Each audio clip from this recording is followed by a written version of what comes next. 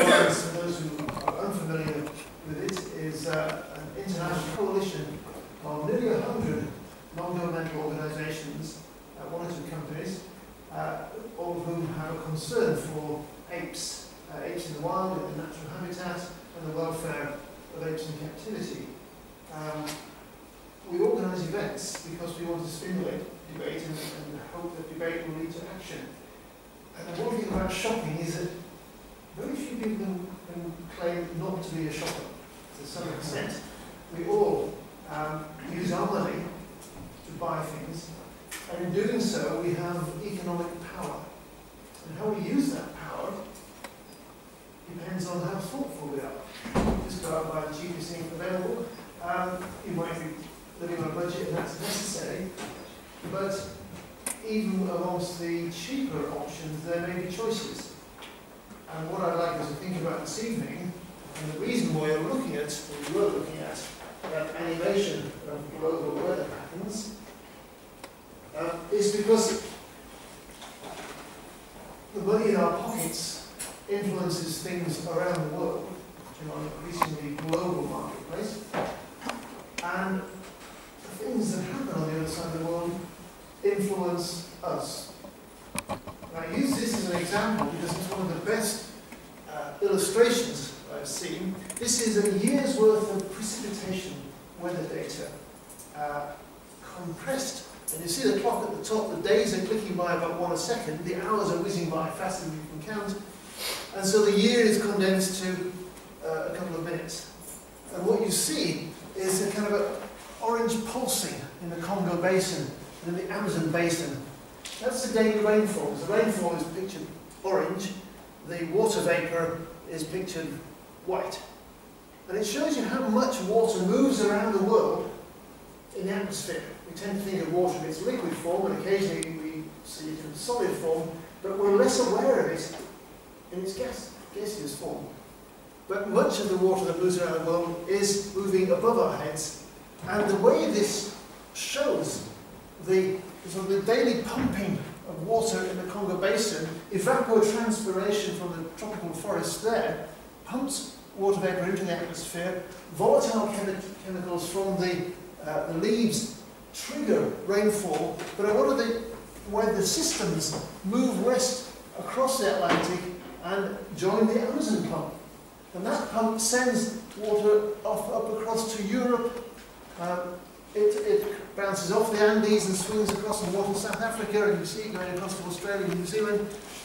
I like to use the example of wine, because we all like a bottle of wine. But whenever we buy a bottle of wine, it might be coming from a vineyard in Latin America, in South Africa, in Australia, or New Zealand, or perhaps France or Germany. Wherever you buy your wine, the vineyards are receiving water.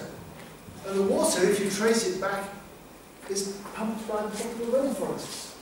And yet not a penny of the price we pay a bottle of wine goes to help ensure that the tropical forests remain standing, remain providing this global ecosystem service. I would like to see that change. I would like to see economic mechanisms that do pay people who are the custodians of the forest to keep it as forest. But at the moment, the only value forests have is if we chop it down. And one of the most important reasons for chopping down forests at the moment, particularly in Southeast Asia, but now increasingly in Africa, is this stuff. Now, I bought this in Bristol market a couple of weeks ago. It's a bottle of palm oil, pure palm oil. It's because pure palm oil is obviously better than palm oil that's sullied by other vegetable oils. And oil palms are an African species. They grow in Africa. People have used them for millennia. It's a traditional African cooking ingredient. It tastes great. But oil palms have been exported to Southeast Asia, and the growing of oil palms for the international palm oil market is one of the biggest threats to forests there. So this evening we're going to think about how our decisions can influence events perhaps in Southeast Asia, in Africa, in Latin America, on the future of forests and other habitats, and how the responsibility for taking wise choices depends not just on the consumer.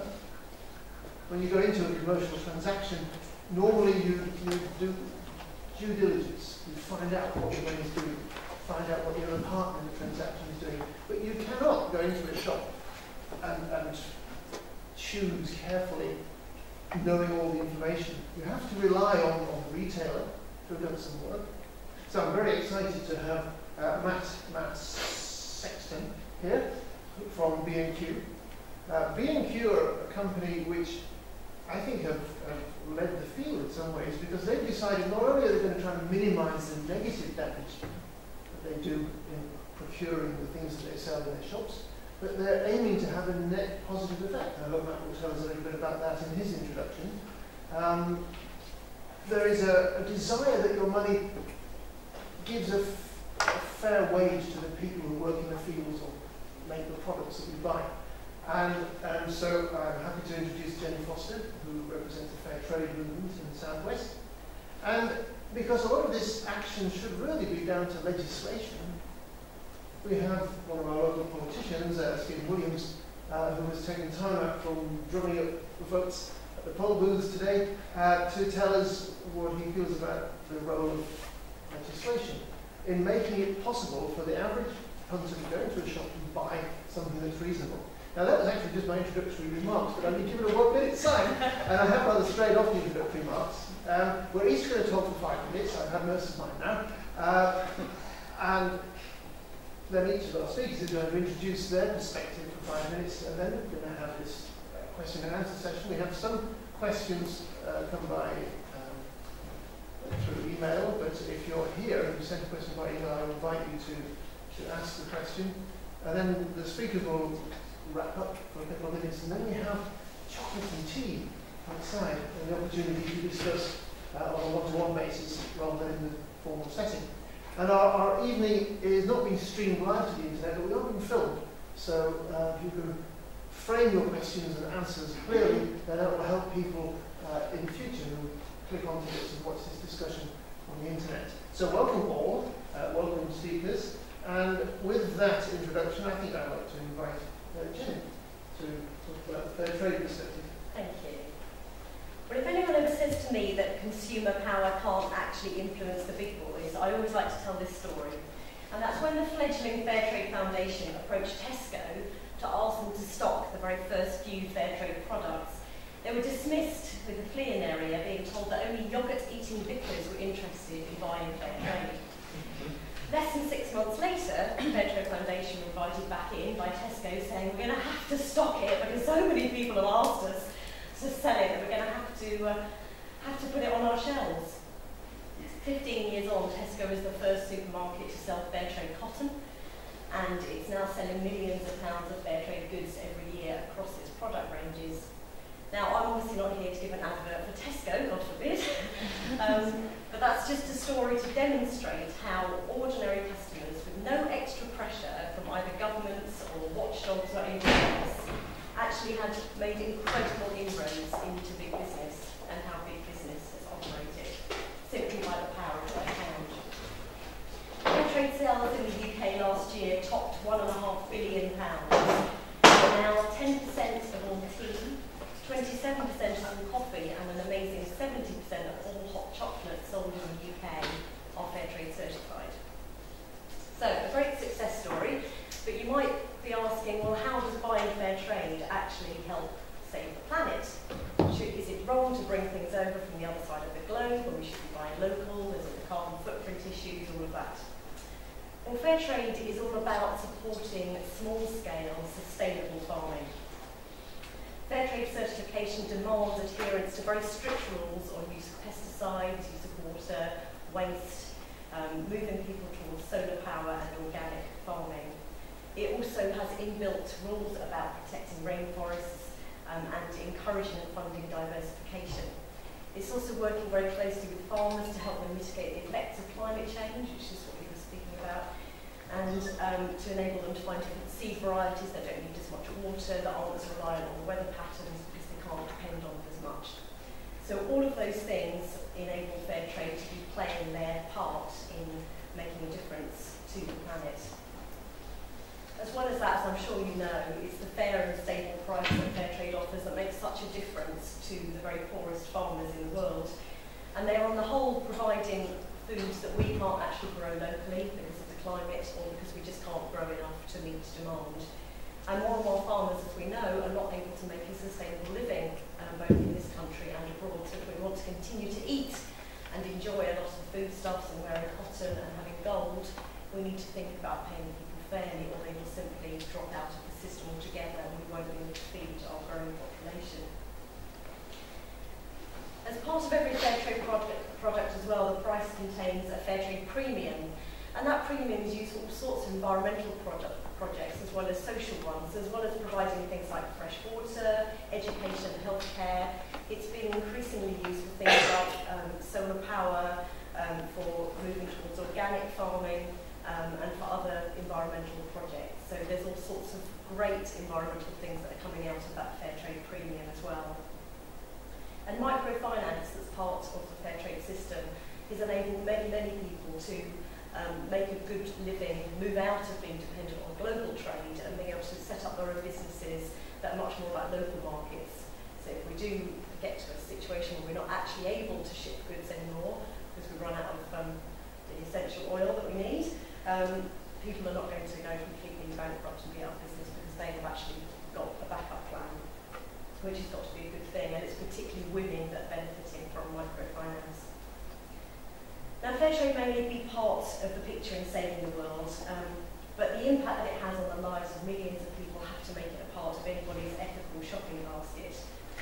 Not only is it a way of supporting sustainable farming, not only is it enabling people in developing countries to trade their way out of poverty and not be dependent on foreign aid, but it also gives us a model of cooperation and partnership that enables us as consumers to overcome the unfair trade rules without waiting for the governments or the big businesses to make those changes. We can actually do that ourselves. It kind of circumvents those systems that have been so unfair to the poor for so long. Companies and governments have got to play their part, absolutely.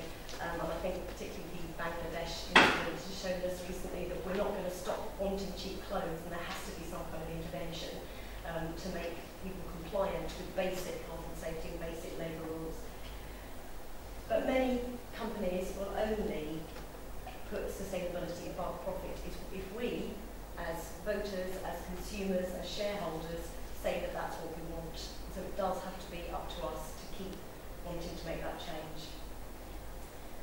And fair trade, through consumer pressure, has forced many profit-focused multinationals to look at their supply chain and to change the way that they actually treat and pay their suppliers. It's also encouraged people to buy less, pay a bit more, buy quality, and actually consume less, which has got to be a vital part of saving our planet. So I'm proud to work for Fairtrade because I do believe that it has been part of a peaceful, highly effective, and often very delicious consumer revolution. Thank you, Jenny. Next I'd like to invite Matt Sexton, who is B&Q's Director of Corporate Social Responsibility. Thank you. Right, the guy from the profit-driven multinational. Thank you very much. I'm Matt, I'm Director of Corporate Social Responsibility for B&Q. Our interest in sustainability stems from about 20 years ago when our then Chief Exec got contacted by a journalist and he said, "Can I come and see you?" So Bill at the time said, "Yeah, absolutely fine." And the guy came in and said, "Do you know where your timber comes from?" And Bill said, "Well, I don't know, trees, I guess." And the guy said, "I'll show you." And then he brought out some photographs, pretty unflattering photographs, frankly, of some clear-felled areas of South America, and said, "Here is where your garden actually comes from." And Bill made two resolutions then. The first, I think, probably not to allow journalists in the room without asking what he wanted. But then also, I think, he had this sort of epiphany when he realised the level of impact that you have, both in terms of the products you source and also the impact that mass consumer power has on the natural world. And there's a couple of ratios which I think are very, very interesting. The first is that for every 1 unit of environmental damage that you produce as an entity, generally you'll produce 10 times that upstream and 100 times that downstream. So, and sure enough, from B&Q, our carbon emissions are in the region of 200,000 tonnes, which I'm glad to say is a third lower than they were 5 years ago. But our upstream carbon emissions are around 2 million tonnes, so it holds pretty true. And downstream, you have a big effect. So consumers are a very, very big part of the level of impact. And actually, if you look at the environmental mess that we're in, it's an accumulation of billions and billions of tiny actions. There is no one giant, great sort of smoking sort of acme factory anywhere. So if we're going to tackle this, we have got to get consumers to change their ways, because actually that's all starting to undo the whole thing. The other issue or the other ratio that I'm very fond of quoting, and my team will tell you, is that there is this 20-60-20 ratio, which is 20% of consumers care enough to trade off in terms of price and performance, in terms of the products they buy, in return for an environmental or social benefit. 60% of consumers actually want to do the right thing. They say, look, I really, do want to do this, but I either can't afford to or I don't want to make that trade-off. And then 20% are top-gear viewers who say, you're not talking rubbish, you said we've been around for oil 30 years ago, we haven't, this is a load of nonsense. No point going for the last 20%, you will never persuade them in anything, but actually, equally, going for the niche 20%, you can go there, but you'll only affect 20% of the population. What you need to do is actually get to the 80% who want to do the right thing, but find it difficult. Within the question, there was a question around legislation and then what retailers could do, what business could do. Legislation, funnily enough, we're not anti-legislation. There tends to be a perception that business is terribly anti-legislation. You quite often go and see government departments and they go, brilliant, let's remove all this red tape, get rid of legislation. Actually, sometimes legislation does have a role to play in this. We campaign for the European timber regulation because we are fed up with selling only responsibly sourced timber, 16,000 lines of it, all of which cost more than irresponsibly sourced timber, and being undercut by people who didn't give a damn and were just quite happy to sell dodgy stuff. Now, in that case, we were very happy to see the EUTR come in because it meant a level playing field, and it meant that everybody had to do it. So we're not anti-legislation. We don't particularly want it to be burdensome or onerous in terms of the admin, but sensibly deployed, it has a role to play. So the power of the retailer to help, we have about 5 million people walking through our stores, the doors of our stores every week. We do take social responsibility seriously. We're not Lush Cosmetics, we know what we are. But actually, if we look at our capacity to drive change, it's very big, although it perhaps doesn't lie in the route that people think it does. Most people say to us, where are your green ranges? When I walk into your stores, I should see green products in every range. And actually, you do see them. We've got a very nice alternative to white spirit called Clean Spirit. But the reality is that you have a much bigger effect if you start to change the mixes of your products that you sell. So we are also quite in favour of choice editing and changing products. So do our customers need to know that actually 63% of the compost they buy now consists of peat alternatives? No. If you try and sell them peat-free, they don't really want to go for it because they have issues around performance and price and so forth. If you just change the formulation, then millions of them automatically start using less peat because there's less of it in them in the first place. Similarly with paints and solvents and so forth. So in summary, we think that we can have an effect in two ways. We do think that we can champion greener products, and we do think that we can draw attention to those, but that is to a certain extent addressing the 20% of the population. Where we think we can have a bigger effect actually is choice editing and modifying products and building stuff that is standard. And it was interesting, just talking to Jenny, companies that have made a big stride.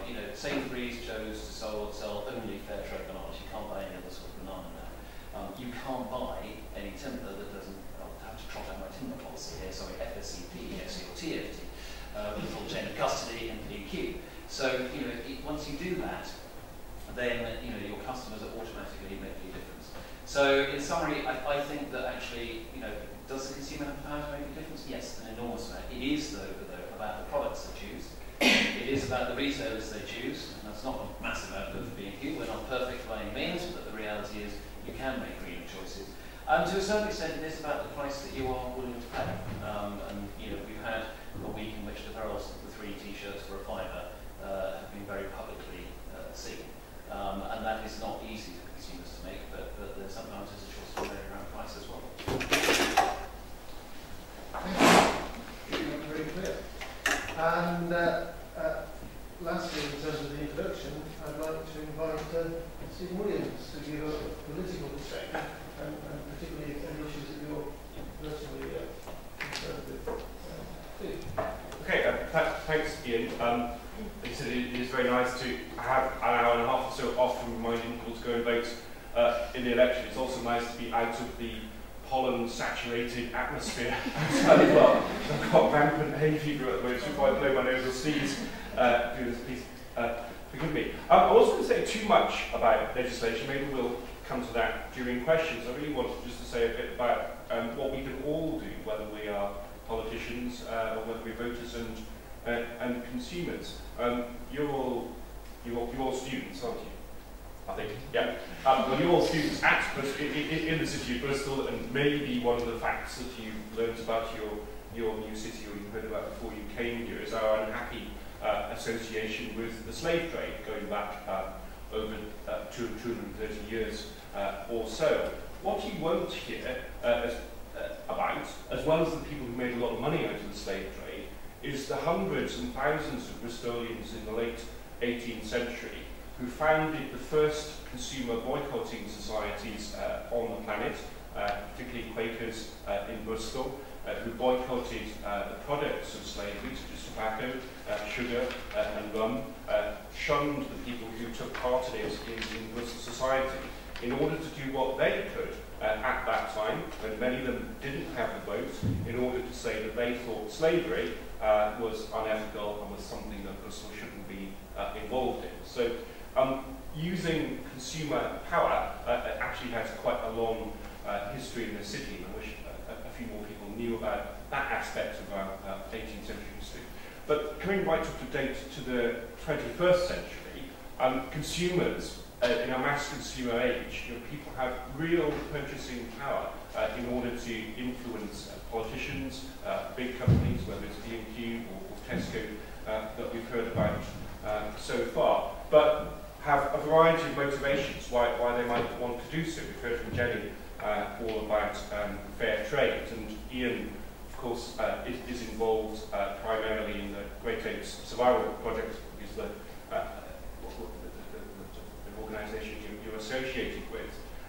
One of my strong memories as an MP, my first term in the last Parliament, just after 2005, was meeting a group of pygmies from the Democratic Republic of Congo in Parliament, who spoke pristine schoolboy French, so I could just about understand them, telling us how what we did about the timber that we bought, the furniture that we bought, had a direct effect on their livelihoods right in the middle of Central Africa, because it was them who were being cleared out of their villages where their families had lived for hundreds or thousands of years by the big logging companies.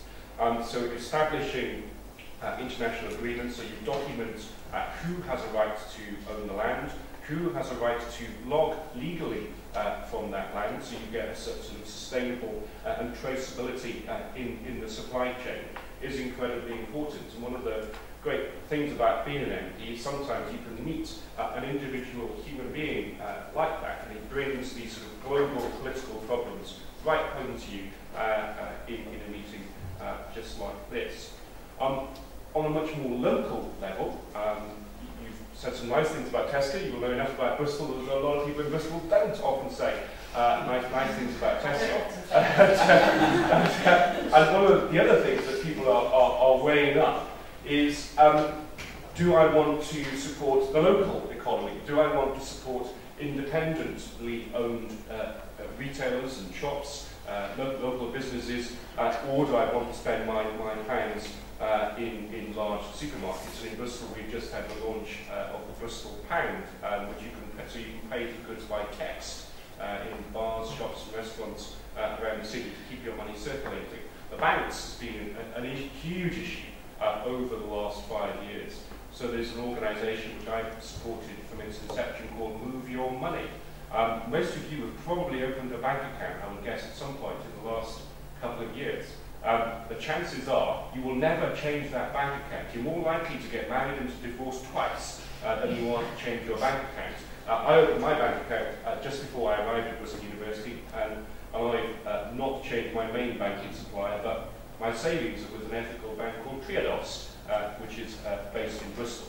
Tax avoidance is another huge issue that people are concerned about. I was the MP who first campaigned about Starbucks and what they were doing to avoid UK corporation tax. Now we're in the extraordinary position with them of volunteering £10 million a year in corporation tax. They don't want the Inland Revenue to have a close look at their books and to calculate what they might actually owe. They're volunteering to give to the British Treasury £20 million over 2 years. But those are some of the issues. But you mentioned 80% of people want to do the right thing. And as a politician, I'm always on the receiving end of people saying, why doesn't government do this? Why do you make it easier for me to do that? Why can't society be like this? And what I often throw back to people is, what can you do yourselves? And this is a bit of audience participation. I'll use my last 10 seconds for this. How many of you, honest answers please, bought Christmas presents, at least one Christmas present via Amazon? Right. Well, you're actually quite good. In other audiences I've done this with, and I did a big church event with Christian Aid as part of the IF campaign a month ago, and every single person in the congregation, Woodlands Church, just around the corner from here, there were about 200 people there, every single person had bought something from Amazon. Amazon is the biggest tax dodger on the planet, or one of them. So people often think they want to do the right thing, but actually, as you said, often they're really looking at the price as well. People shop with Amazon for one reason: it's cheaper than Waterstains, it's cheaper than what used to be HMV, which is sadly no longer with us. But that cheapness is purely because they avoid UK tax and source their goods supposedly from Luxembourg, which has a 3% VAT rate on DVDs and books, and we have certain DVDs much higher. So how we use our own power is incredibly important. And if you are changing your behaviour and switching your power, that is something you can do powerfully as an individual, but it has so much more impact if you tell the company you're no longer shopping with them because of what they do, but will also tell NGOs and indeed your MP as well. Thank you, Stephen.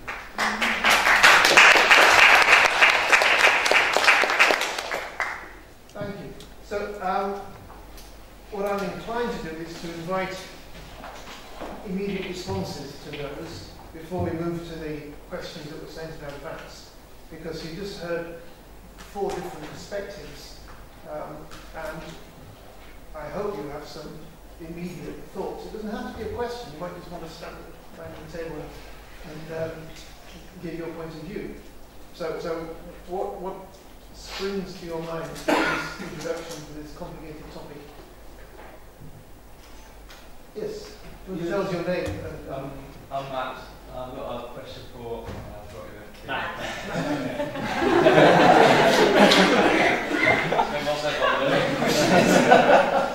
You were saying about how you do choice editing. Do you experience problems with other competitors not doing the same thing as you, so you're losing out on business? And do you feel that could be helped by some sort of legislation?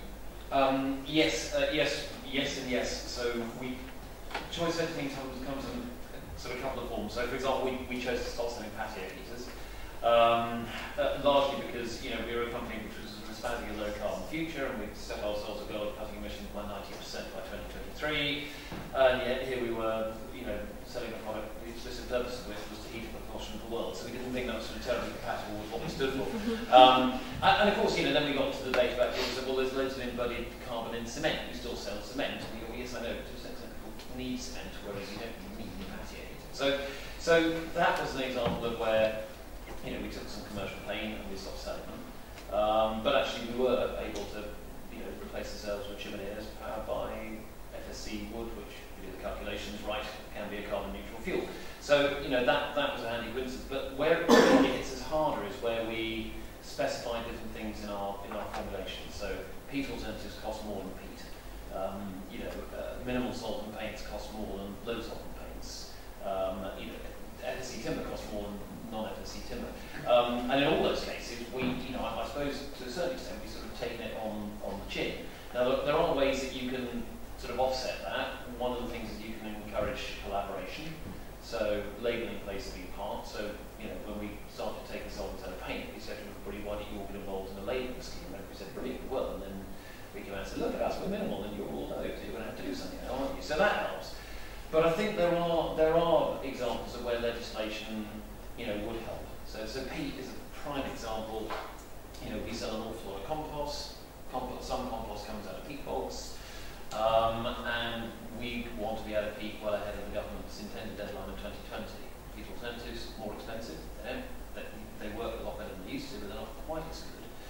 Now, we're faced with the fact that we're going to have to squeeze margins because at the moment we sell it for the same price as peat base, and thousands of other people up and down the UK won't. And that makes it very difficult for us.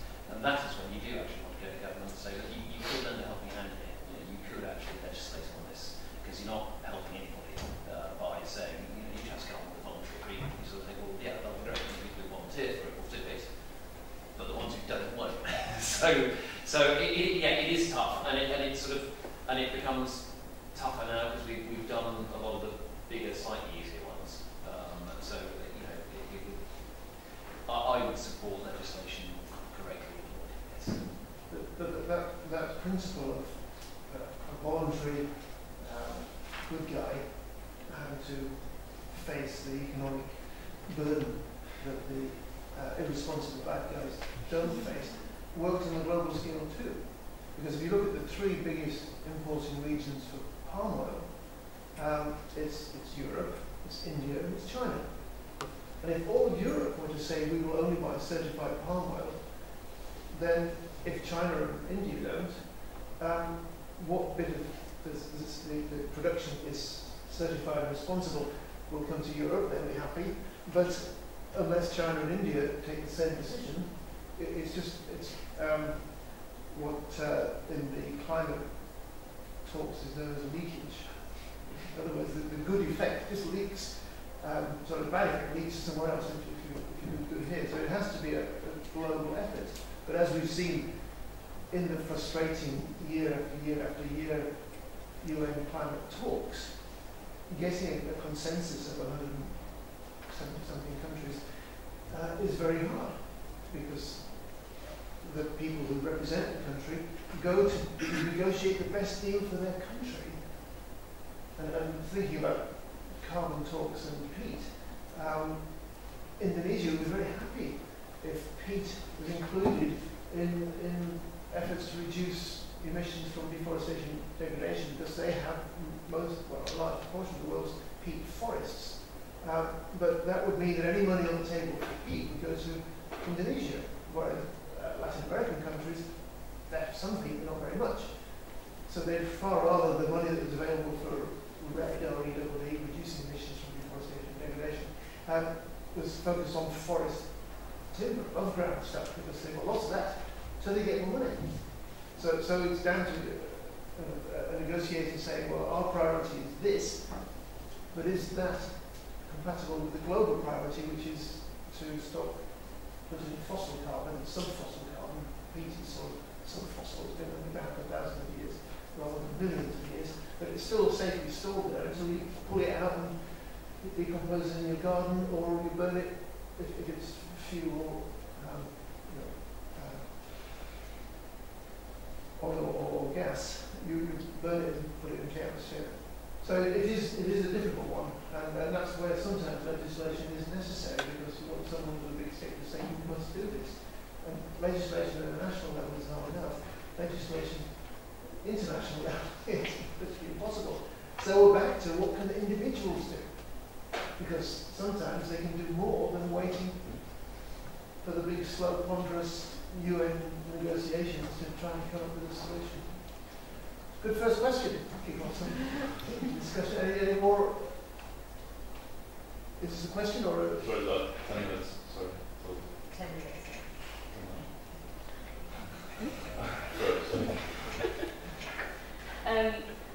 A question specifically about fair trade.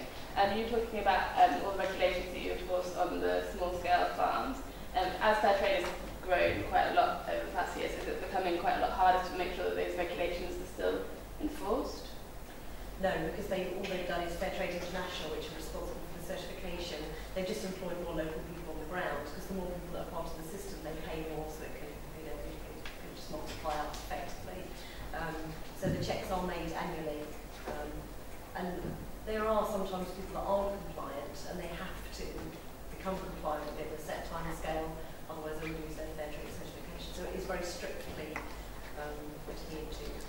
But people don't want to lose their Fairtrade certification because they want to get the extra long-term contracts and the extra money. So on the whole, it pleases them to be compliant anyway, but they are checked rigorously. Yes. I had a question on fair trade. I'm quite uninformed on the issue, but someone once told me that fair trade can be damaging for farmers that aren't fair trade. Is there any truth in that, and how do you combat that? So it's a good question. It's not that it's damaging, really. It's just obviously some people say it's like a two-tier system. So you've got some that are in the system that are being paid this amount of money, and they've got some that are outside that are being paid less. And the only obvious answer to that really is just to buy more fair trade, because then more farmers will be part of the system. But there is some good impact of having fair trade in a region, because if you have a group of cooperatives that are actually got the fair trade certification, then what it does is it actually spreads the knowledge base about prices and what is a good market price, because a lot of the problems with rural farmers in a lot of developing countries is just the lack of information. They just don't know what a good price is. So somebody comes along with a van and offers them $50 a barrel or whatever for whatever it is they're growing, and they take it because they don't know that actually they could get twice as much as that, because they don't know when the next van might be along, and they don't know what the market price is.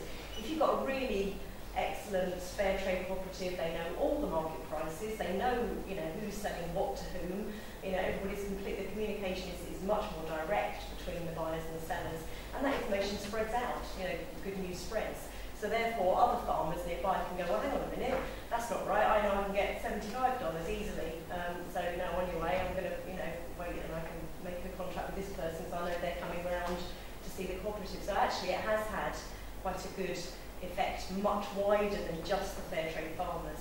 And the other thing, of course, is that the social premium has much wider impact, because if you put in a water well, that doesn't just impact on the group of farmers, it benefits the village and everybody around it that can access that water if you put in a hospital.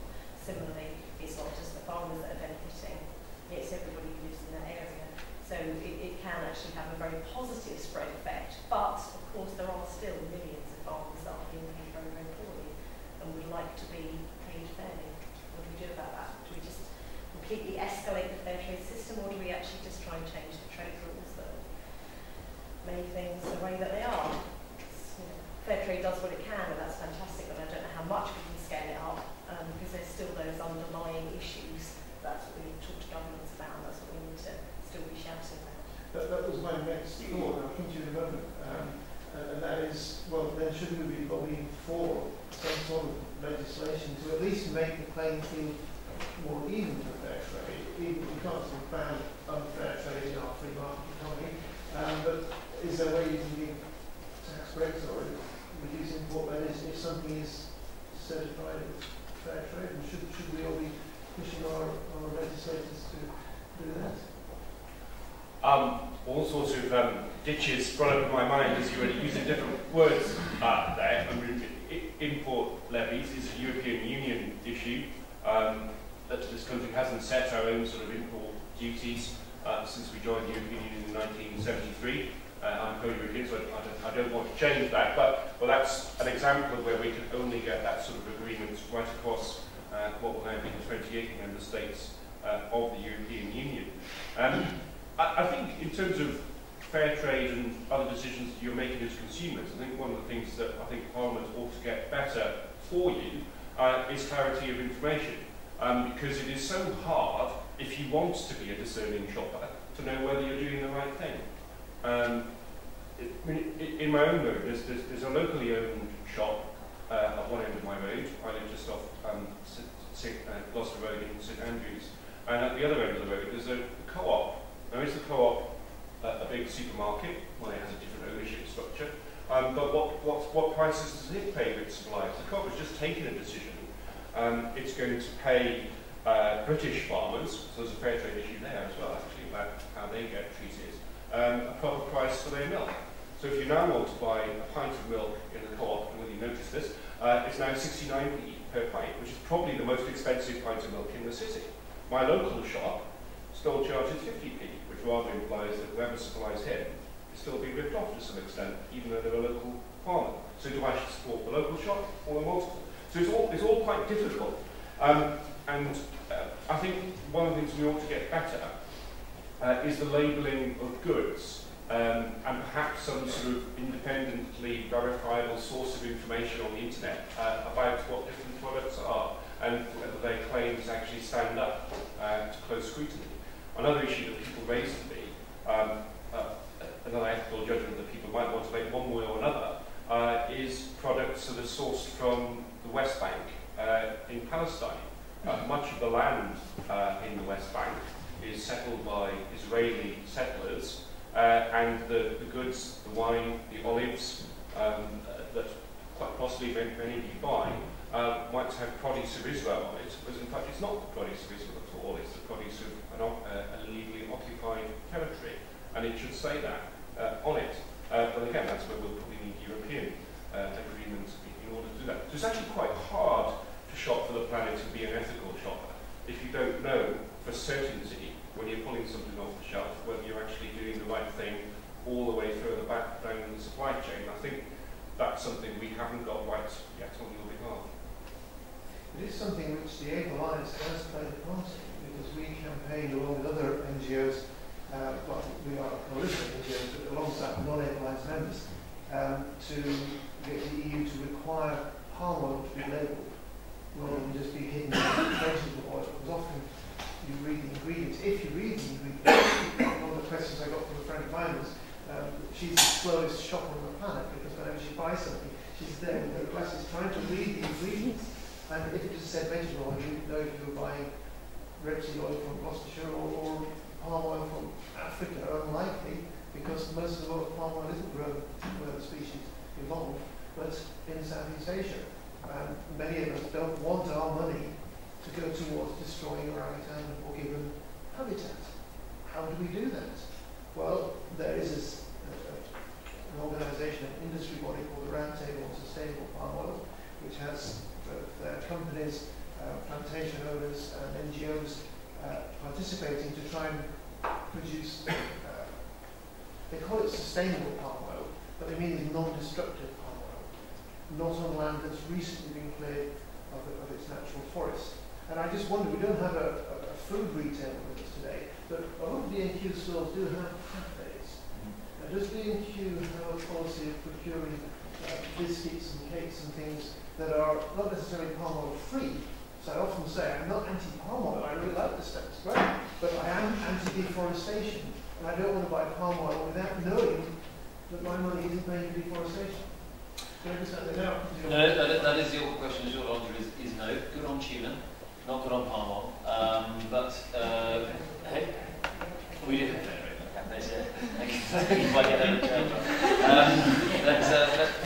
but it is, we have actually committed by 2015 not to have any products for sale which contribute to deforestation. And somebody said to me, well, I thought we were there on timber. And I was saying, no, we sell glass made out of leather and we sell various things, and we've committed to get out of those by 2015. But that's the interesting thing against the hidden pieces. So I'm very proud of our track record on timber, 16,000 products, even the battens under the bath, even the ferrule and the paintbrush, we've hounded them down and we've got them. But yeah, you go beyond that, and you're right, palm oil's in cakes in our cafes. And, we will get them out, but it's chasing down the line. Make sure it's certified. Or make sure it's RSPO, or the CSPO and RSPO, yes. The first tanker of sustainable palm oil was brought to Hull by a company going to promote it. They couldn't sell it. Because none of us consumers were asking for it, demanding it. Well, some of us were, the voices weren't loud enough. And the companies weren't, it wasn't an issue. Yeah. I find that it still isn't in some. Because it's not their main focus. Anyway, sorry, what was... So it's been a really interesting discussion. I feel like, in general, the ideas have been consumers, 80% of consumers want to do the right thing. One of the things we need to do is make sure that consumers have information, and so then we kind of said, right, so maybe we need to look at legislation and maybe businesses need to be responsible. But then we and then Ewan said, but there's this leakage problem. I mean, can you get all of the UN nations to agree to anything? So I guess my question is... Personally, no. Yeah, probably me, but can anyone? So my question, open question is there any hope? Or are things going to have to get a lot worse before this is really dealt with? Can I deflect? It's a great question. Can I deflect that for the 2-minute roundup? Because if we all can somehow come up with a hopeful roundup, then it's even more quite so depressing. Because we had these invitations. Is Kate here? And do you have a note of your question? I want you to read it. Can you read it? I'm sorry. Okay. You said, how much do companies think about the sustainability of their products, and is it down to consumers to change shopping choices, or to make the companies, or to write to the companies? Yeah, I suppose it's been partly answered already, but should consumers contact the companies, or should it just be through their buying choices that they decide? I think personally being a stroppy shopper. Yeah. Because, and not for the girl in the checkout center, she doesn't have. Yes, right, yes, don't have a go at me, don't have a go there. It is worth writing to head office if you're unhappy about something, because they know that for every letter they receive, there are hundreds of people who probably feel the same way we don't know. So letters are good, even better than emails. But emails are probably good too. So we have one from Naomi. Yes. You know what your question is? I can't remember. I've got my reading message there. How important do you feel your consumers' factors of sustainability are? Well, I think we've got an answer to that one. It's 20, 60, 20. That's a very interesting. I have another question which I guess is directed at Stephen. I was just wondering how, I mean, obviously you must get letters like all day, every day about all everyone's different issues. And how important do you think this is on people's agenda from the different letters that you get from people complaining about things and what they want their world to be like? Do you think this is actually high on the agenda, or do you think like parking tickets is more important for people? Well, something that is personal, like a parking ticket, is always higher on somebody's agenda at any one point in time, or their child's school place or whatever it is, than community issues or global issues. But in terms of this particular issue, I would say it's rising. I would say 8 years ago when I was first elected as an MP, it was probably virtually non-existent in terms of thinking how can I influence big companies in particular. We're now starting to get a debate about it, but the reason I asked you about your Amazon shopping habits or not is that I still think there's a lot of talking the talk but not walking the walk in terms of spending money.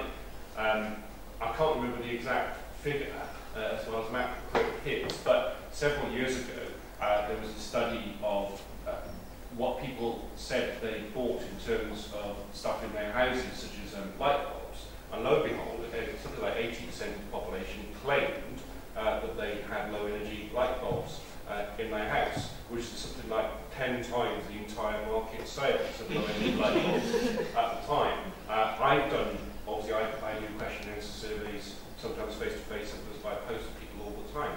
And if you say to someone, do you think your airline ticket should cost more in order to reflect the wider economic cost, because kerosene isn't taxed, and that's a big sort of global issue, but we could increase airfares in this country. So, yeah. But you know people don't necessarily mean it. So part of the dilemma for a politician is how far do you try and drag people along into this debate, recognising that they have to move a bit faster themselves, and we can't constantly legislate ahead of where public opinion is, because whenever a politician legislates ahead of where public opinion really is, rather than what they say or what they do, we get voted out. Democracy is the ultimate free market, and so I'm always wary of not just hearing what people's concerns are, but what they're actually doing in terms of this agenda. And I think there's still quite a long way to go. It's easier for this competition. So it was easier for people to say, I'm not going to Starbucks anymore, I'm going to Cafe Nero or Boston Tea Party or whatever, because there's plenty of alternatives to Starbucks. But I recognise there aren't many alternatives to Amazon. There aren't many. I expect everyone here has a Facebook account, as I do as well. There's virtually no alternative to Facebook, another big tax dodger. Most of us will have looked up something online today. There are very little alternatives to Google. So you can't always change your behaviour, but where there's choice and competition in between supermarkets and other retailers, then you can, but it only has value if you let other people know that you've done it. I mean, it just shows how complicated it is, doesn't it? I mean, as we've been discussing. But there's a couple of things. The problem with boycotting, of course, is where do you stop? I mean, do you stop with companies? Do you stop with? I mean, do we stop? Maybe we should ban. Maybe we should boycott Bangladesh for not being a better, having better labour regulations. China, India, human rights violations in the hills of Nagaland. I mean, where do you stop? I mean, like you say, I'm like your friend who spends about 2 hours in the supermarket. I come out with 3 products because I'm like, well, Cadbury's have a pretty bad rep with palm oil. Fair trade, where do you go? And why, surely it is the role of the retailer to be responsible. And why do big businesses want to behave so badly? Because they're trying to make massive profits. Who for their shareholders? Who are their shareholders?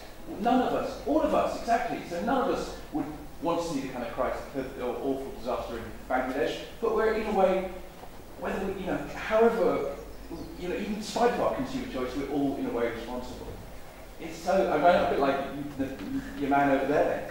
God, But the answer is you do what you can. You do what you can. As long as you think, as a citizen, I'm doing what I can, I'm going to try and persuade others, then you do the right thing. Surely we can legislate about the products that trade in our country. I mean, you can sort of say, oh, well, it's Europe or the free market. Surely we can have more legislation with regards to what the products that are traded in this country. Can you or not? Or is that just too naive? I mean, because we don't trust the politicians to actually, impose the rules on people like Starbucks or Amazon or what have you. They, like you say, they're offering money to pay, a minuscule amount of what they really owe tax, but we know that the government will make a deal with them and it will just be as it was. That's a cynical way of looking at it. Well, yeah. I think you're right. The whole thing, as I said earlier on, you go looking for this one giant entity that's the root of all evil. You think, well, if you shut that down, it'll be fine. The whole thing, of course, is interconnected, and it's just as Steve much better at rattling off than I am, but actually when you go through your own life, however virtuous and you try to live, you find a way back. If you've got a pension, the pension industry has got money in places you really don't want to think about. So suddenly, it is incredibly difficult. On the legislation thing, I think Europe has done an awful lot more good socially and environmentally than it has done bad. But equally, going back to your question about legislating things in individual countries, yes, you do. You go through and you think, we've got clearly articulated argument here, we can go and talk to this MP about this, and then somebody will say, yes, but you've got to go by Europe. And the whole room goes, because, and the timescales are huge. Sorry, it sounds like I'm obsessed with Pete, but we started talking about Pete. We have sort of political consultants say, well, yes, it's not too bad, in about 8 years. You think, 8 years, that really is how long it can take to debate this. And when the Ape Alliance first coalesced in 96, the big issue was that brought us together as a coalition of NGOs was bushmeat and the linkage to timber. And that led to the growing awareness among the NGOs in the Ape Alliance to illegal timber.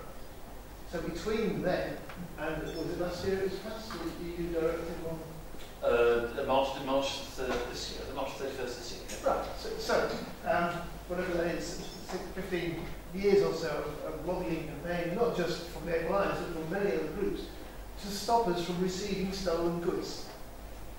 Because the law that was being broken was in another country. Didn't break our law.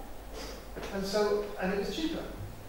And there are still people who think that that's obstructing free trade. But it's better to just procure your stuff wherever you can get it at the lowest price and to hell with the consequences, because no one is counting the ecological consequences. I've slipped in the term ecosystem services, some of you will be aware of it, some of you think it's talking about. But the stuff that nature does for us, that no one puts a cash value on, is starting to be monetized. If you're online and you want to learn more about that, look up TEEB, T-E-E-B, the Economics of Ecosystems and Biodiversity. And the TEEB report tried to do what the Stern report did with climate change. Make people just sit up and realise the likely consequence of trashing the planet, which is effectively what we're doing by not having sensible legislation or responsible companies or organisations like Fairtrade being obligatory. Because it all just seems like a kind of oh, yeah, that'd be nice, wouldn't it? Yes. But not essential. It's like it's an optional extra. Oh yeah, let's do it sustainably if we can. And that just isn't an option. The take-home message of the TEEB report was that, yes, it would cost billions of dollars to slow the rate of biodiversity loss. The consequence of picking up the tab afterwards would be trillions of dollars, orders of magnitude more. And the old stitch in time saves 9 applies to huge figures in global economy too. So there are many, many things that we might say this evening, but we're running out of time. Charlotte wanted to ask about what the average consumer should look out for when grocery shopping, if they want to eat ethically. Well, while researching for this evening, I came across this website, ethicalconsumer.org. And whatever product you want, they have a list down the left here. Someone has sat and looked at the ethical implications of your purchase. That's handy. So I encourage you when you go shopping, not only to look for chain of custody, that's a key phrase, because your money needs to... Why Amazon?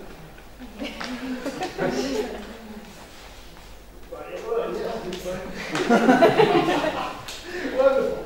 Look at that, I just typed in the website. Please consider the ethical questions.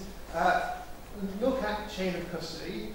Fairtrade things I think are pretty good at that. FSC and perhaps all of other B2B products are pretty good at that.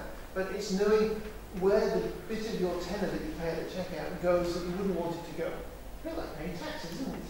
You don't want that taxes to go on health and education, but some of it goes into things that we might choose to put money into.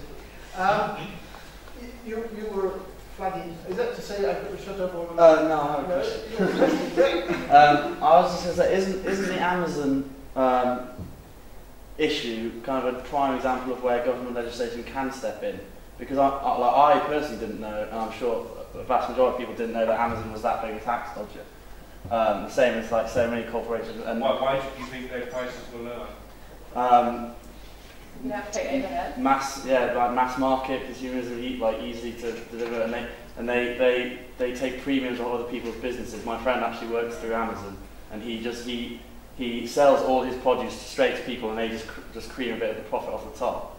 So he doesn't do anything unethical himself, but Amazon just still takes profit off that. And the same could be said for palm oil, shouldn't it?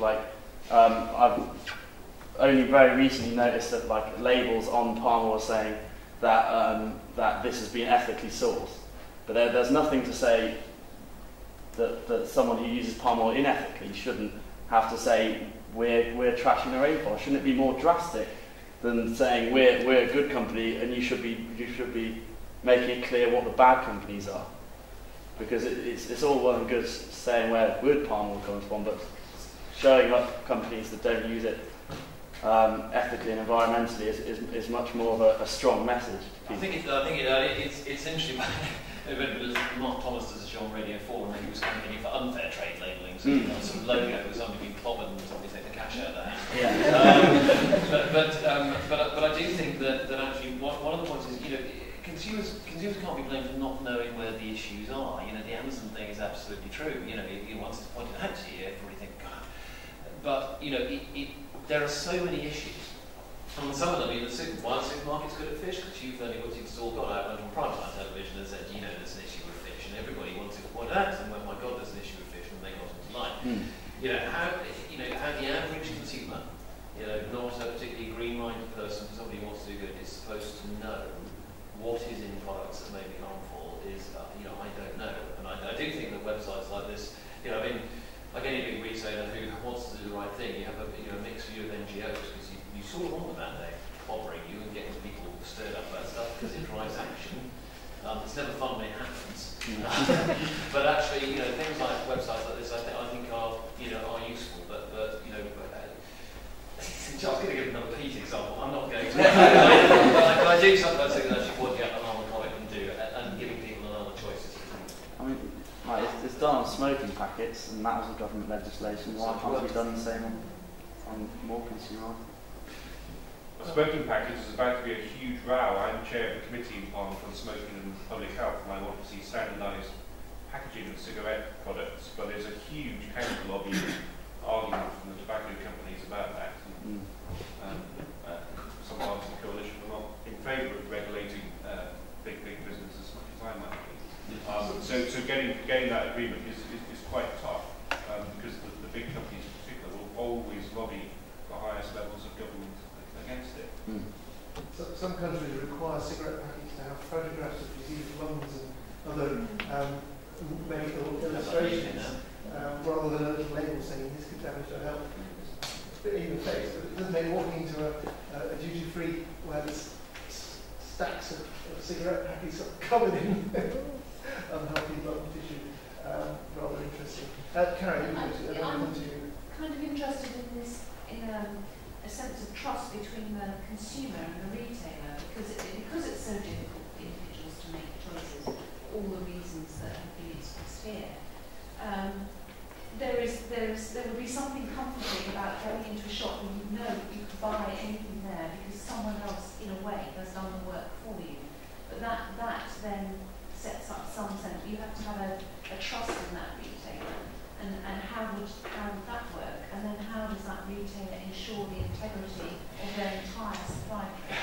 I mean, I just want to go into a shop where I know that this is kind of, in a very lazy way, it's kind of been done for me. I'm sorry, I mean, there are small shops that can do that, but I just don't know about on a large scale. Wild Oats, for example, white label. They source everything, and they know where everything comes from, and everything is as ethical as it possibly can be. Harvest on Gloucester Road, the small scale shops, but it must be so much harder for you in terms of all your. It is hard, and so I think it's incredibly hard because the sheer scale of these operations. I agree. If you're a small shop selling a specific range of products, I think you can do it.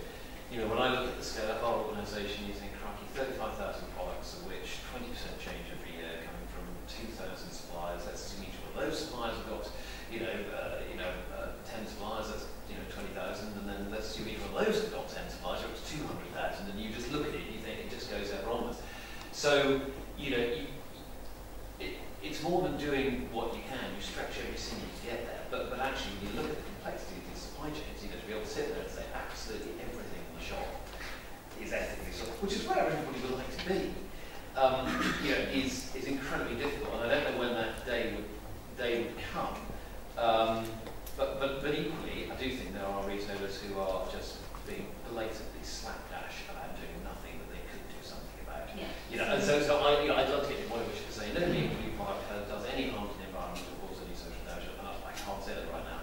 But equally, you do look at some recent examples and you go, do you know what? You could have left that factory, you could have seen what was going on, and you could have stopped it, and at least get that level of assurance. So sorry, it doesn't answer the question. We'd like to get there. I think it'll be a long time before we do. What we can say is on big sectors, we do. The sheer scale of it is probably goes back to your point. The sheer scale of it is just extraordinary. And it's all those suppliers that you have to take on trust that what they're telling you is correct. And checking all of that out, it's kind of mind-boggling. That leads to a question that Amy Gallimore sent. Is Amy here? Do you want to ask a question? Yes, with more of a personal question for me. When I was asking, I am a student on a budget and I go to the shops and I often find I'm making a decision between two things, both of which I know aren't great. So often choosing between sort of supermarket own branded products and sort of big multinational food giant products. And I'm just wondering what people's opinions are. Well, what I found looking around that issue was that it depends on the supermarket. And that the three that were highlighted as being more ethical local brands were, unsurprisingly, Waitrose, Co-op and Marks and Spencer's. And as we just heard, the Co-op milk was exactly across more than elsewhere, and Marks and Sparks and Waitrose are not known for their low prices. They're known for their concern for animal welfare, for ethically sourced materials. But if you go into one of the other supermarkets, that's the sort of letter you should write to the supermarket head office and say, I would love to buy your basics range or your whatever the equivalent is, but I'm not sure if it's the right thing to do. Reassure me. Yeah, I was going to say sort of more broadly, do you just kind of think that food is too cheap? And this is not something I've heard before you complain, it's too expensive for me to buy my ethical products. Actually, we expect our food to be too cheap, and it's not really sustainable at the prices we're using at the moment, and we need to adjust our family to pay more for our food. Yes, it is. And supermarkets have grown up over the last 30, 40 years on that assumption that people want to buy as cheaply as possible and quickly as possible as well. And some parts of that are good. When I was a boy, I can remember being dragged around lots of shops in our hometown in South Wales and buying stuff for the week could take the entire afternoon. Whereas now, you can go to the supermarket and buy lots of things quickly. I think that's a good thing about supermarkets, but I think perhaps we have consciously devalued food as an important commodity to us, whereas really it ought to be the most important thing that we buy, more important than clothes for survival. But we've somehow factored in over that period of time the fact that we actually really want it as cheaply as possible. And if you look at household budgets, food as a proportion of most people's household, if you're in work, obviously it's different if you're on benefits before anyone says that, I know that. But if you're in work, food is now historically at an incredibly low proportion of your household budget compared to all the other things you spend money on. And we now value spending money on conspicuous consumption, DVDs, bling, flashcards, nice furniture, whatever it is. And that's an advantage of a relatively well-off, being part of a relatively well-off part of the planet. But food, because it's now financially, for most people, not that important to them, I think people don't value it as much as they should. And that's why most people would choose to buy milk for 48p, 50p, which is where you can find it in most shops, when I think most people now know that is not a realistic price for a pint of milk. Because the farmer back down in the supply chain 5 miles away from here on farms around Bristol Airport, say, is being ripped off in order for us to do that. Yet supermarkets sell milk, beans and other things at those artificially low prices because they know people need to buy those things every day. And we've all bought that model, essentially. So I think, coming back to my point, that governments can only do so much. Actually, we all need to start changing how we think about how we use our purchasing power as well. I'm going to take two. Could I just make one point on that as well? It's also partly about consuming less, because we've all got just so used to consuming in huge quantities. We will buy 5 t-shirts if we go out shopping, we might only need 1, and all those sorts of things that we've just got used to because the prices mean that we can actually do that, and it's not realistic. And that's why I'm sort of saying buy better quality, buy ethically, probably buy a bit less. And I know you're going to say you're on a student grant, or you can't buy very much anyway, but there's still intelligent choices that can be made about what you buy. Doesn't it all feed into this whole thing about we've got to constantly grow? The economy has to grow, and that's all down to we have to buy more in order for it to grow. Well, that's been a lot of pressure, hasn't it? And I think to preserve our planet, we have to backtrack on that. We have to think, do we need to keep doing this? We need to rethink the whole model, all the models of economic growth. I'm with you there, sister. But, I'm going to take 2 more questions and then I'm going to have to wrap up because Steve kindly said he didn't have to rush up to Sam, but he's that one person. I imagine there's a polling section somewhere needing his attention. Yes? On the topic of consuming less and also ethical labelling, do you not think that ethical labelling should then extend to meat, because it's the biggest cause of deforestation in the Amazon by a clear majority? And if we're going to ethically label things saying, oh, this isn't fair trade or this doesn't contain that, should we not also educate people not to cut out meat altogether, but surely to cut it down, because it's well known that we're over-consuming meat to the level that we don't need to. And it takes 10 times as much land to eat a meat-based diet than it does a vegetarian one. And do you not think more action should be taken, surely, to save land considering the growing population by reducing the consumption of meat? Thankfully we don't sell meat, but this is a debate which I can get involved. I think clearly everybody's got to get used to eating a lot less meat. We've seen the effect that the sort of improving living standards in China have had on pork consumption out there. It cannot go on. You just won't have enough land to send enough animals for everyone to eat the amount of meat that we eat in the West. How you do it I don't know. I mean, one thing I did about lobby, it's very difficult to get consumers to, at the point of purchase when they're in the shop, understand that there's a link between this hunk of meat you see and a given amount of land that's used to produce it. They are, and it's, they just, I think the maximum they ever absorb is 8 words. When they look at a piece of packaging, unless as you do, you spend the whole day buying 3 items. But I do think that a really good campaign around getting people to eat less meat. I think Redmond Organics were doing a sort of meat and 10 veg campaign, which is just trying to get this point across. We are going to have to eat less of it. And again, it touches on that thing of decoupling sort of economic growth and environmental impact. The point is that if you have a diet which is less rich in meat, there are other things that supermarkets can sell you. The wheels don't fall off the economic wagon. It's just a question of persuading people to consume differently. Now, whether you can get that across the label or not, I don't know. But one thing's for sure, we all have to eat less meat because the system is not withstand it. Okay, is that advice? What was your question? I was just going to say one point about the milk, and it kind of ties into Fairtrade as well, and then the bigger picture.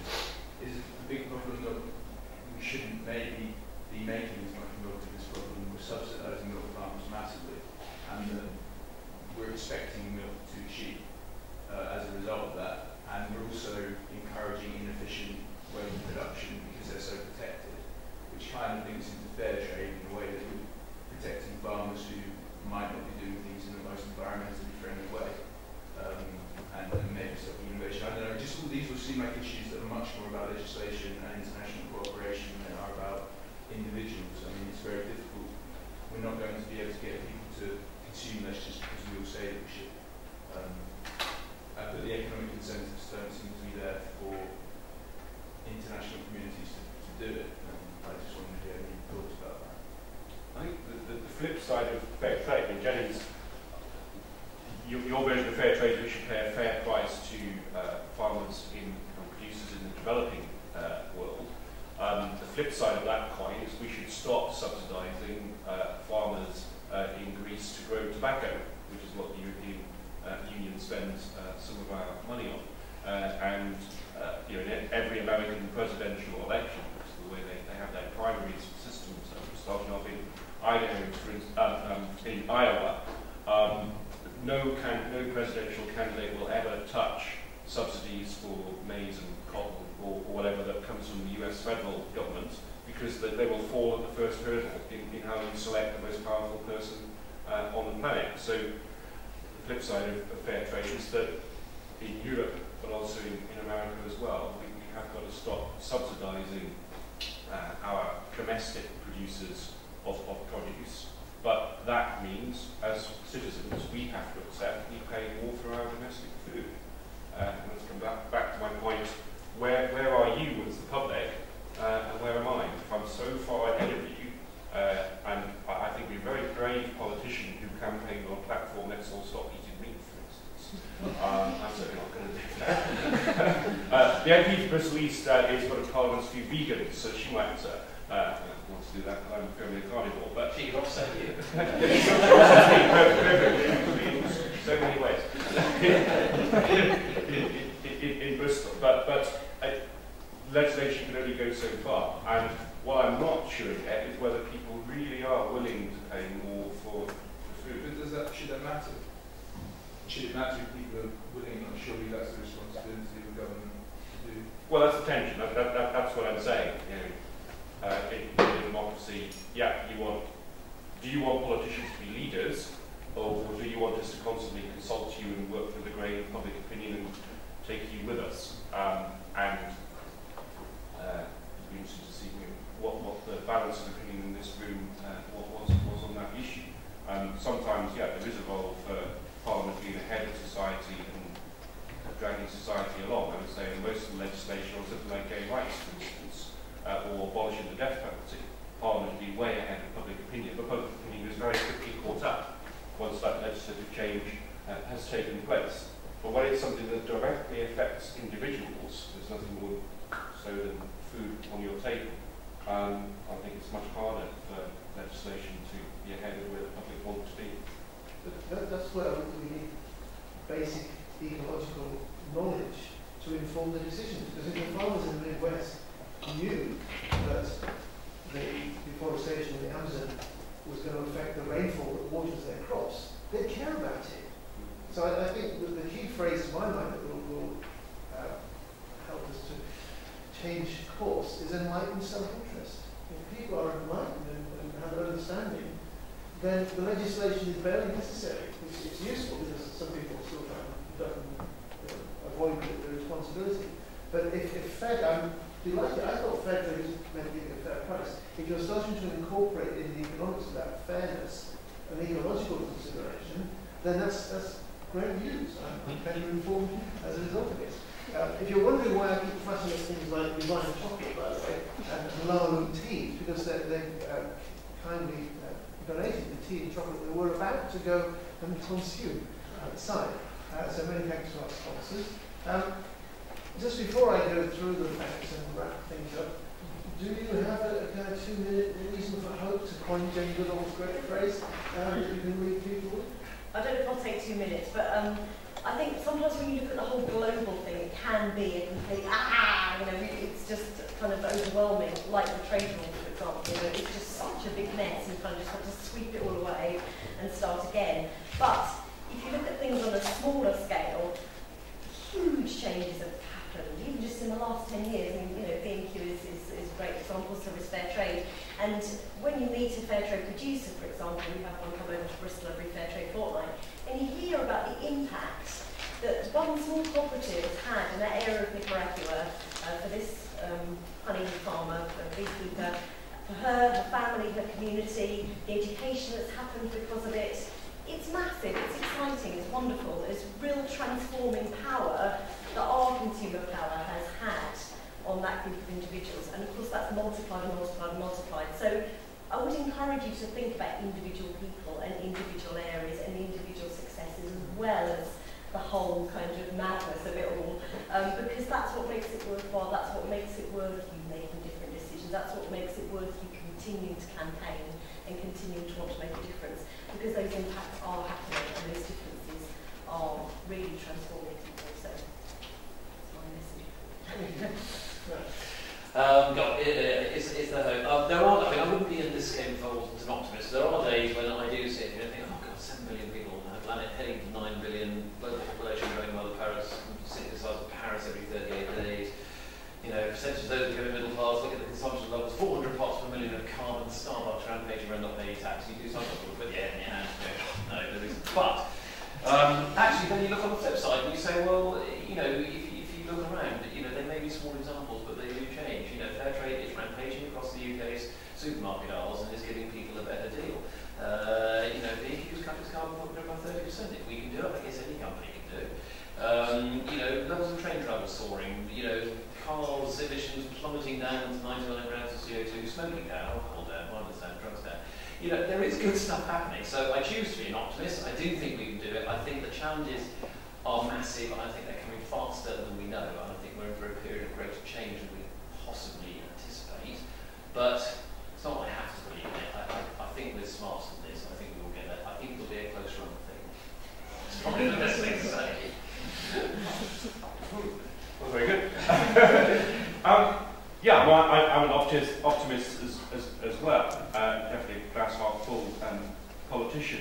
I think where the transformation is coming is because of the free flow of information, whether it's ethicalconsumer.org that you put up earlier, or Move Your Money, which is another website that I mentioned earlier. The fact that even though it is still hard to know how can you be an ethical consumer, how can you be a good citizen of the world, it is actually getting easier by the day to find out how you can make those decisions as an individual. And that's the great benefit of this sort of information age that we live in, that you can relate what you do to the Nicaraguan beekeeper who I met with Jenny in Bristol a few weeks ago, and know that you can make a difference, because that often can be the most disempowering thing that someone can say to me. Well, I can't do anything about this. I'm powerless. Well, we're not. None of us in this room are powerless, and we can make a difference both individually and collectively. So yes, I think there is hope, but that doesn't mean that some of them we haven't yet discovered or foreseen. So there's also work.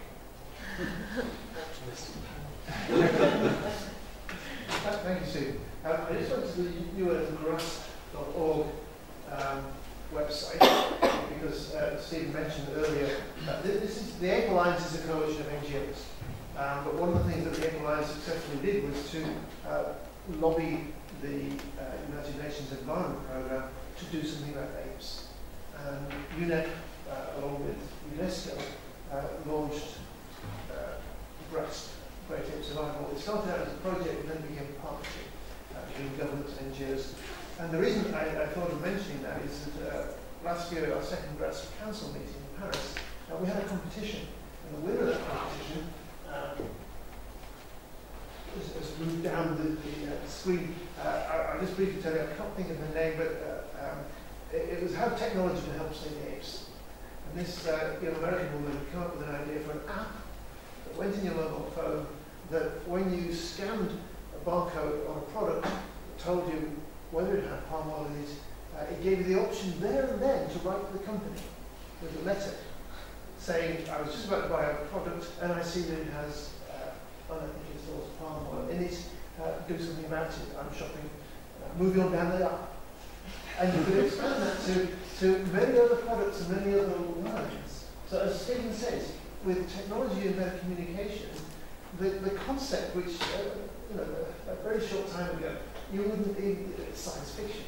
You mean you hold a device and put there a product, and not only does it tell you whether it's ethically sourced or not, where the parts came from, it gives you the option to write to the company instantly, people don't like to wait these days, and say, I was just about to buy a product, but I'm not, because that's power to the people. So, look at UN-grasp.org and scroll down a bit now, because we're trying to wrap up. The other one is the website of ads. I don't know if you've seen the ads. That's a social media website. Yes. Believe you me, retailers watch that. 20 million of us. How many people in the room? They really take this up because I know it's a huge yes. numbers, 28 million people in there. Yes. And I support them and posting the dreams and stuff, but there's always that bit of you that thinks. It's a good barometer. It gives you a good insight. Founder of ours is on the front cover of Intelligent Life magazine. Because there's also an article about trillions, in which I talk about the penny on a bottle of wine idea. But I think people power and using new technology effectively is going to change things, and ours is a very good example of that. But what I would really like to do is to thank the volunteers who helped pull this together and drag you all in. If you pay to come in, thank you so much, because your money is going towards Power Cinema. And indeed, if you want to thank the volunteers in a bigger way, many of them are running in the Bristol 10K marathon on Sunday, dressed in banana suits or gorilla suits. Would you like to please stand up and your banana beauty?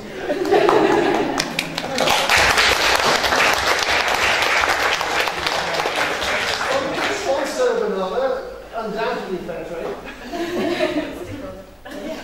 You should. Yeah. Every banana suit needs to have a Fairtrade sticker on it.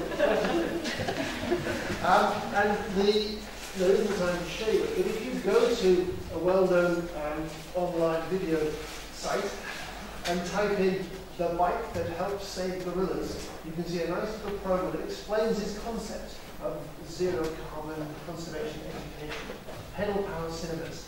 And any companies that might be interested in sponsoring a pedal power cinema, either in this country to educate school children and to raise money to buy other units to send to Africa, any company in the house would be very welcome to talk to us and see if they would like their logo on the side of some of these units. That's, I think, pretty much it for the formal part of the meeting. Thank you, Stephen, for disappointing your voters. Probably aren't that disappointed. Thank you, Matt and Jenny, for your erudite observations. And thank you all for caring enough to come on a lovely summer's evening, spring evening, when you'd probably rather be out in the sunshine. But if you want to stay a little longer and chat about these issues, there is low tea and divine chocolate awaiting you outside.